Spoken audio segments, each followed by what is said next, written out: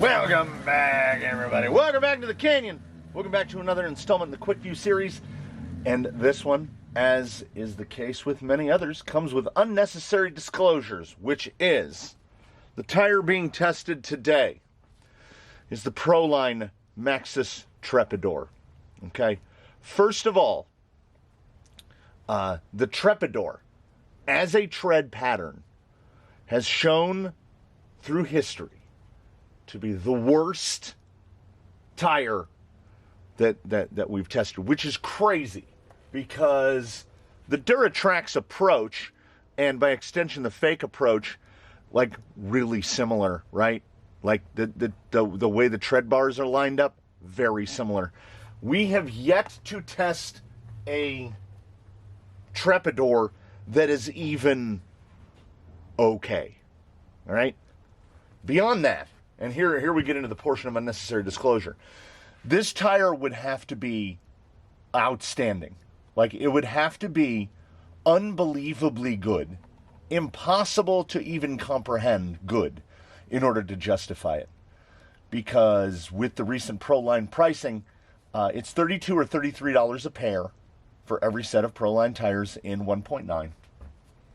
And these are still $25.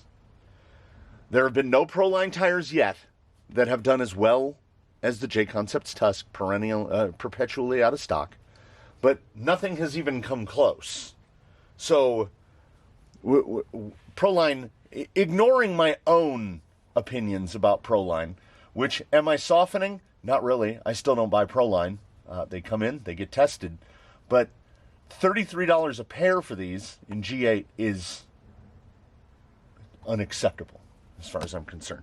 So now that we've got that out of the way, they will not be mounted with the ProLine dual stage. This is a damned if you do, damned if you don't situation in tire Quickviews, which is somebody is going to say you needed a softer insert. Someone's going to say you needed to do this. Look, here's how it works. I don't want to start off aggressive this early in the morning. I got the Columbia on. It's cold. It's early. We do our very best because we have a rig. We have baseline. He's just out of frame right now. He tests every 1.9 tire that will fit him in Class 2. So we have that isolated. Now we are attempting to isolate the performance of tires by fitting them all with Canyon Customs inserts. You just saw me insert a medium, which is a Tim Tin blue inner, and a medium 3-inch hair bun on the outside. If it breezed by too quickly, it looks like that. As I've told people before, when you're putting one of these together, if it feels wrong, you did it right. Like, it doesn't look like it fills the tire out enough. And what's worse, let me grab one off a peg. This is what the hair bun looks like when you get it from the dollar store. So it's a tiny little thing. It's a tiny little thing. That is the size for a Class 2. That's one right there. Class 1s use these. So it is what it is, right? We do what we do, and you can't make everybody happy. These are, like, for instance, more specifically, I'm not particularly happy at tires that are $33 a pair. And I am, like, it's nice that the white, the memory foam inserts from ProLine they're decent. Like, they're pretty good. I just think that in 9 out of 10 situations, they're not going to be the guy. Forward drive, yes. Side hill ability, stuff like that, no. Just straight out the window. So that's why the cost of what we're watching happen to tires, and I remember fondly, and when I say these memories, it's not like I'm talking about like we're getting in the Wayback Machine and we're going back to the 90s or something. I'm talking about buying Duratrax a year and a half ago at $21 a pair. the gulf between $21 a pair and $33 a pair. Deepwoods, still, now discontinued, one of my favorite tires, and I remember buying most of them. I don't remember paying more than $24 for a pair, and in most cases less, $20.99, $21.99. So they can try to blame the supply chain all they want, but what it is we're getting charged. In cycling, there's what is referred to as the roadie tax, where if you have to buy parts for your road bike, they cost more than buying parts for any other class category. And I feel like to a degree it's happening to us in rock crawling as well. This is Canyon Custom Inserts, which if you build as many as I do, they're fairly inexpensive. You're looking at barely $20 a set for the inserts. And most of that cost is having to buy this part, because I haven't found where to get this part. I have to buy them as they are. And I've bought a great many of them. The reticulated polyethylene and the hair buns are dirt cheap. And if you're building 4 or 5 sets, they come in under $20 a set, which is cheap. Then we've got either Injora or some other Amazonian wheel, where you're looking at usually around $35. Nonetheless, this is still about $120 right here, all in, which is why we kind of don't talk about rim cost. But if we're just looking at inserts and tires, we're over $80. And $20 a corner, and that's not premier stuff. You know, we're not talking 3D printed. We're not talking anything fancy. The Canyon Custom Insert is great because it fits in everything and it works in everything. Oh, these are really big. These are 124 millimeters, which is, 4 and 13/16. What do they say on the side? 4.9. So they're not quite 4.9. They're a little under 4.9. Let's try a hair bun one, see if it's any bigger. No, a little smaller, 122. So there's a little more puff in the fronts. Oh, yeah, width. I guess people would be curious. Wide, 49, almost 50. And a rear, 48. That's pretty big. That is at the very least slightly bigger than what we would typically experience in a. Of course, I grabbed the other side all the way around. In a class 2, I have said before that I prefer a 4.65 of all the sizes, and we are above 4.75 in the 4. What would that be? Oh, I guess that is really close. 4.87 is, I think, no, that would be 7/8. So we're between 4.75 and 4.87. Let's call it like 4.83. Close. Canyon Custom softs in the front, mediums in the rear. I don't think these will be tall enough to have gross interference issues. Very curious as to why they are just ever so slightly bigger. So this is the first instance that I can think of seeing a Trepador that is bigger. Most Trepadors run a little smaller, 4.45, 4.5, somewhere in there. So this is the biggest Trepador we've seen. This is the first Trepador that we are seeing in G8, like a proper compound. None of the RC 4-wheel drive ones. X2, S3 is no, just don't.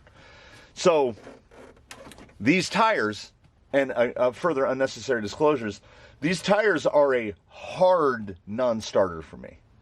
$33 a pair, and sometimes cost is a factor. And it's not as if they're wowing me with the looks. They are what they are. I am just hopeful that we can see something resembling performance out of these, because the Trepadors have been an absolute wash so far. In not just in crawler tires in general, but in in scale tires. Tires that are representative of something that exists in the 1/1 world. These have been the worst. So, ProLine, the bar is set super high. You have to... I gotta find the whiteboard. You've got to show us something. So let's go to rocks. And one way or the other, man, a result is a result. These really fill out a wheel well. I tell you what, the drive back told me nothing except that these tires really fill out a wheel well. I tell you what. All right. So with the Trepador, compound is apparently key, because that is unquestionably, like, without competition, that is the best we have seen out of anything Trepador. Pull the little one? No. Chest the shuttle. The further you can stay right, the better. Yeah, really nice. Really nice. I want to get another hit here. Real low. Low, low, low. Okay, all right. We have a number. See where that number goes. It's the strangest thing when it comes to toy car tires. I can feel the difference in the height of that tire. Like, we are 4.84 versus a 4.75. I can tell the difference. Sometimes that millimeter of additional clearance, a little half out of frame here. Yeah. Yeah. Okay. All right. Okay. Part of me wants to do a fractional score, but we're not going to. We're standing on what we were standing on. Slick Rock, 9.4. That's a 9.4. Again, this tire cannot get Canyon certification. Doesn't matter how good it is. I'm sorry. We're talking about realities. We are off to a good start. Yeah, just that little bit of breakover brought about by a tire that is 1/10 of an inch taller. Come on. Come on. Come on. We are not physically stuck.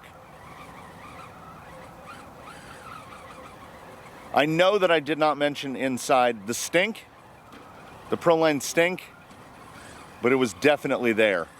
Not the stinkiest set, and that's what's crazy. I just unbagged a set of G8s a couple days ago, and I unbagged this set of G8s. It's a completely different stink. You would think that the compound would have the same stank all the time, but it does not. ProLine tires are the stinkiest. You got to show me something here. There's a little bit of point you can scrabble back. Nope. Come on. Full straight pull. Okay. Green. Green is the choice of dry erase for the day. I now will I hang the board on the tripod. It seems like a thing. Daphne's line 9.3. It's those little hesitations, man. We're dealing in tenths. This tire is going to be in the 90s. I can tell that already. I think it's going to be in the lower 90s, maybe towards the mid 90s. We will see. Side hill is one of those things that is more determined by the insert than the tire, but the tire is the part actually touching the ground, so it is playing a part here. The front tire, front passenger side front, is about 3/4 of an inch off the ground. There we go. Set it right back down. This is what I call grip and slip as you come across here, because what you need is the rear end to slip out a little bit to reposition, and we are not going to slip out. So we have what I would call surplus traction, at least laterally. Yeah, if I stay in that, we're going.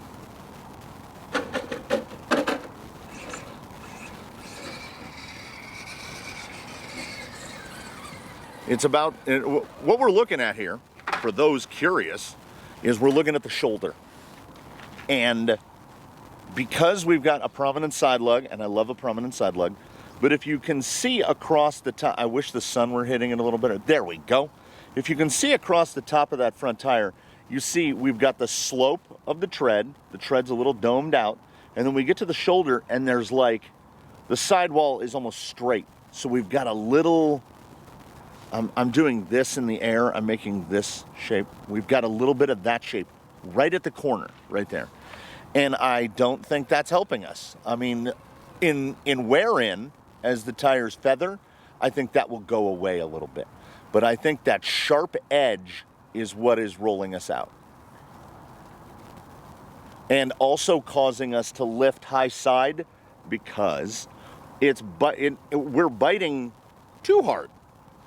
So if nothing else, we can hope for to recoup some of the points elsewhere. Yeah, they act tall. We'll give them one more dig. There's a problem with the Trepador, not just these specifically, but the Trepador as a class, and I will get into that. Yep. They act firmer than they even are. You can't get into the nines. 8.8. It never really felt certain on the side hill, and I think the shoulder is a big part of that, despite the fact that the inserts that we're using don't fill the shoulder.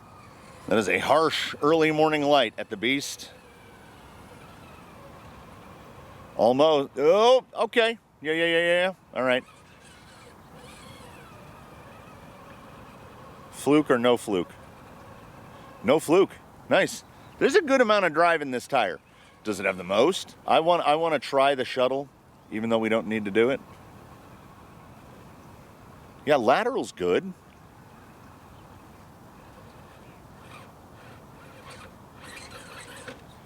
I am feeling...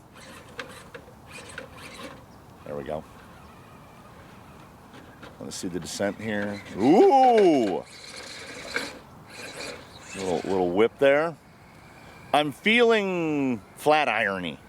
There's a bit of flat iron feel here. Does it have enough?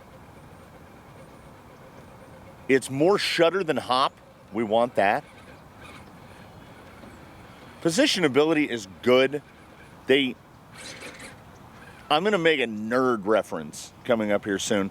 And not just a nerd reference, but a real narrow nerd reference. Like, it will be a very select few that understand. Oh, man. It will be a very select few that understand this. They act... Oh, okay, I'm warming up for the comments already. They need a softer insert. Well, yeah, put your $50, $60, $70 worth of 3D printed inserts in here and you'll get better results. And I can't even say, but at what cost, because it's simple math.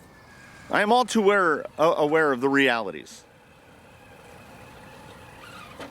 But just because I'm aware of realities doesn't mean that I have to accept them.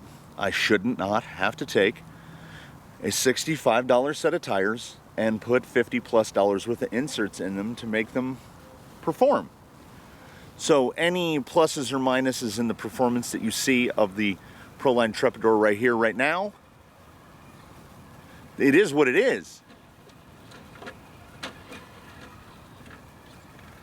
Yeah, there's a lot of side lug there, and that side lug is working. We're talking about it's that shoulder. That shoulder's real tipsy. So put in a softer insert. Yeah, and then the side hill gets even worse. You're moving sliders around. We have enough forward drive. We could get a little bit more, but forward drive trades out other things. I want lateral stability. I want positionability. Right now the rear is outdriving the front. That's what we're getting right here. If I can get over the top. Yeah, there we go. Yeah, very flat iron vibe. There's a real flat iron vibe from the tire. Not surprising. It's the same compound. The tread pattern is, let's face it, not that different. Did I mention what it got at the Beast? Well, it's a 9.3 again. And over here at Oblivion, no, it's a 9.2. My brain was like, is it a 9.3 again? And I felt like I was mocking myself. So down a tenth because of that tendency. And look, it's not the insert. It's not. That hook and grab of where the sidewall meets the main tread, that's Trepador. Dead Limit seems as good a place as any to delve into the nerdy reference. I've been a player of a video game series called Borderlands since it initiated some, I don't know, 16, 17 years ago. And Bungie, the gentleman who became famous for making things like Halo, they made a game some years ago called Destiny. And looter shooters is the category that they're in. And I've long said that Destiny is Borderlands if someone sucked all the life out of it. Now, I'm not saying to that same level that the ProLine Trepador is a ProLine flat iron with all the fun and joy and life sucked out of it. But this is a tire. It is a tire that does tire things. It is okay. The scores are good because it's doing the things. A result is a result, and this tire is getting results.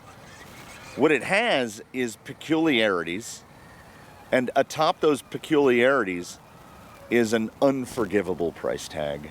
And I can't not think about it, because I have tested tires that are $25 a pair, $25 a set, that will give you big number.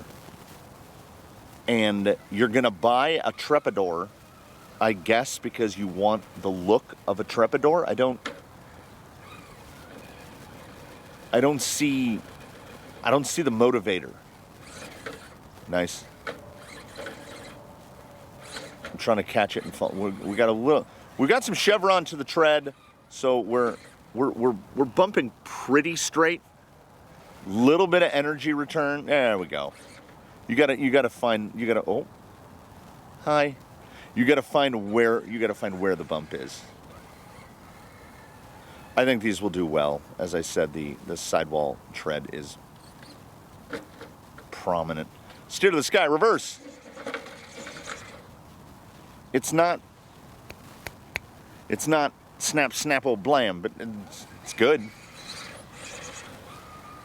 I have numbers.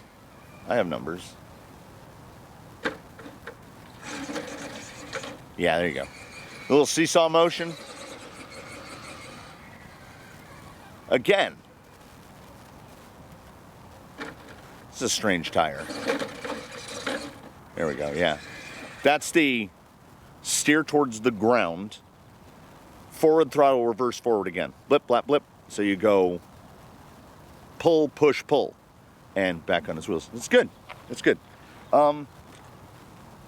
Was I in that shot at all? Yeah, probably a little bit. Ooh, I didn't set the pen down at the other obstacle. Good on us. Daphne's third is a 9.3, and self-riding is a 9.3. In bump is a 9.3. We have two aspects left to test, and the tire. No, I will lean into it. It's joyless. I feel nothing. And I have no idea how to quantify that, like why.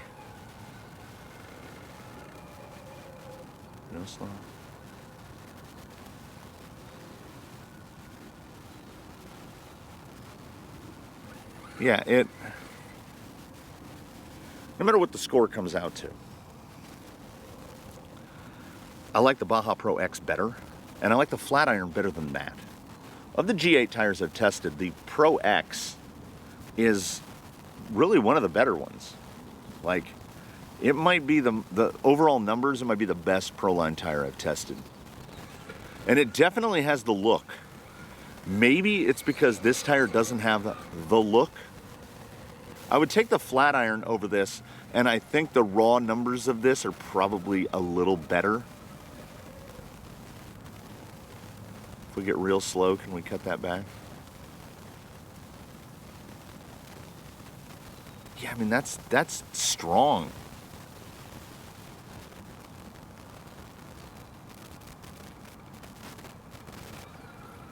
Yeah, that ability to maneuver on soft, that's like, I can't ignore what it does. But at the same time, I don't have to like it.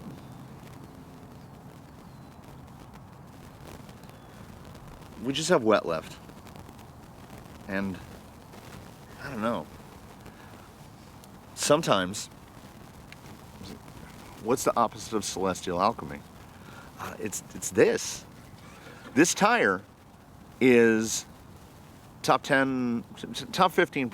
No, we'll go top 10% of tested tires. I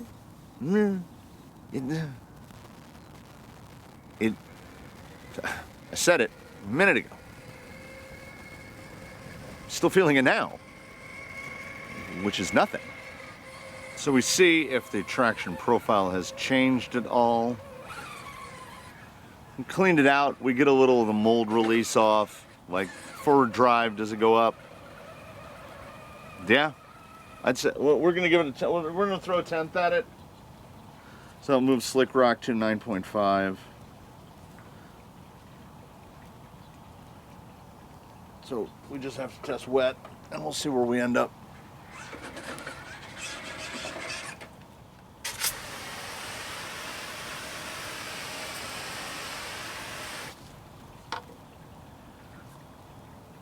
And if it holds to what we've seen in the past from G8, it should do just fine.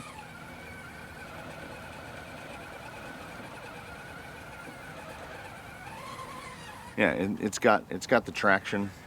It falls off a little, not a lot. Let's try for the same angle of the shuttle. Yeah, it feels similar. It is not in the category of tires that somehow get better when wet.